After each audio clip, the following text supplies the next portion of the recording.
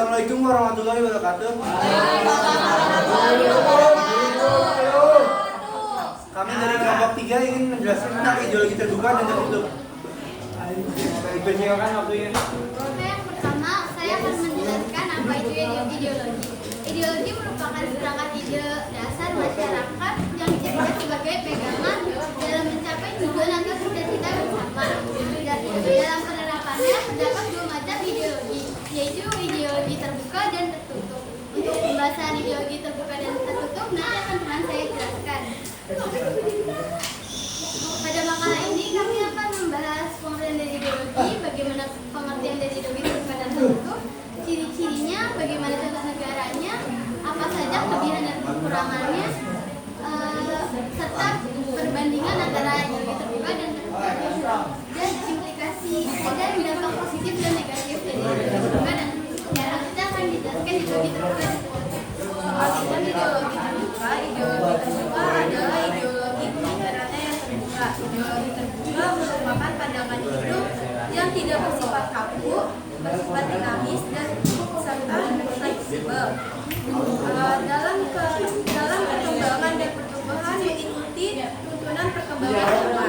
Lalu nilai-nilai dari cita-cita ideologi terbuka tidak dipaksakan oleh hal-hal kehidupan masyarakat, melainkan digali dan diambil dari suatu kekayaan rohani, moral, dan budaya dari masyarakat di suatu negara itu sendiri.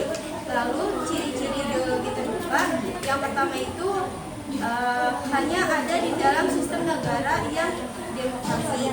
Lalu kedua, nilai dan cita-cita berasal dari moral budaya yang ada di masyarakat itu sendiri. Ketiga, menghargai pluralitas sehingga dapat diterima oleh masyarakat yang berasal dari berbagai latar belakang budaya dan agama.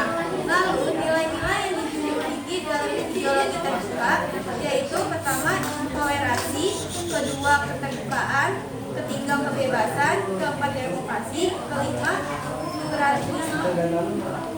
Berikut ada contoh ideologi terbuka dan contoh lembaga yang menerapkan ideologi terbuka.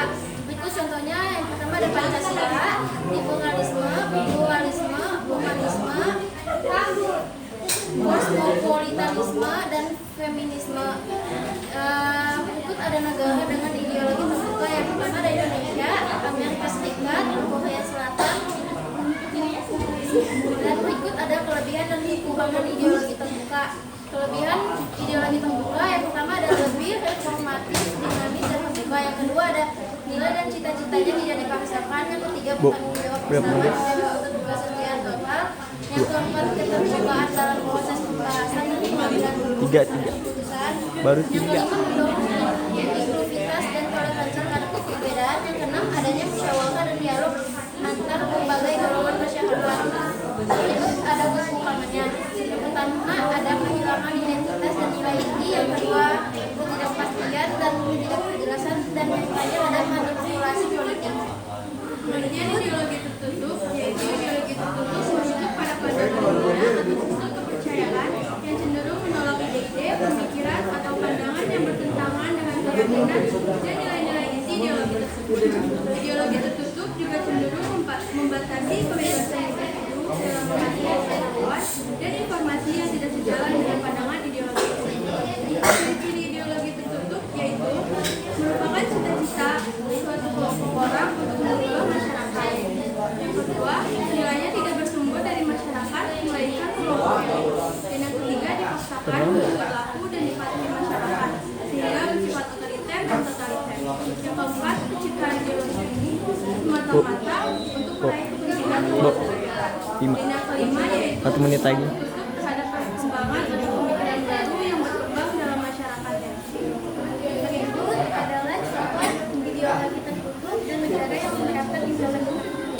Yang pertama ada fasisme, kedua komunisme stalinis, yang ketiga teokrasi, dan yang keempat ekstremisme.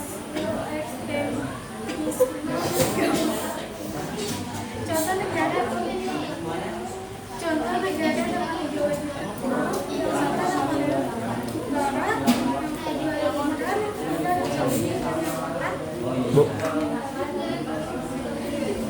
Bunyi 7 Bu. Udah 5 menit. Kelebihan dan kekurangan ideologi tersebut: satu, untuk membangun solidaritas kelompok; dua, mencegah fragmentasi kelompok; Bu. yang ketiga, untuk mengurangi konflik Lima. kepastian.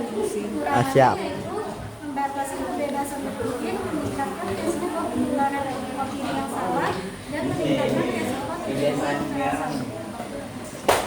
Berikut adalah perbandingan ideologi terbuka dan ideologi terbuka yang pertama, memiliki nilai dan kebijakan yang didalami dari kekayaan seni, budaya, dan moral masyarakat tidak diciptakan oleh negara. Kedua, bersifat demokratis dan bersifat.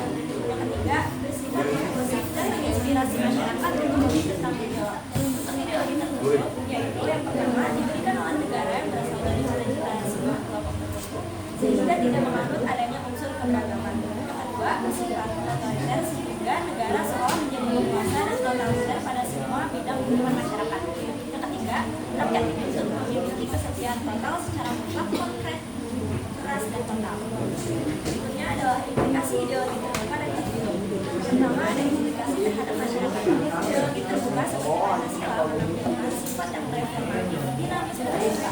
Artinya, Pancasila sebagai contoh ideologi Islam memiliki kemampuan untuk berubah dan beradaptasi dengan pemerintahan sehingga ideologi terbuka mampu memberikan panduan dan arah yang dapat pada masyarakat. Sebaliknya, ideologi terbuka memberikan ciri kamu tidak sistem ideologi ini cenderung terpaku pada ajaran-ajaran yang telah ditetapkan Allah dan tidak memberikan ruang bagi perubahan atau penyesuaian dengan kebutuhan sosial dan tuntutan masyarakat, membatasi kreativitas dan inovasi. Khususnya ada dampak kesan positif ideologi terbuka.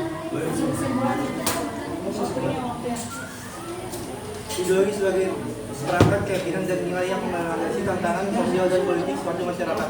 Hadir dalam beragam bentuk, makalah ini mengkajikan secara mendalam dua konsep ideologi yang konkret, ideologi terbuka dan tertutup.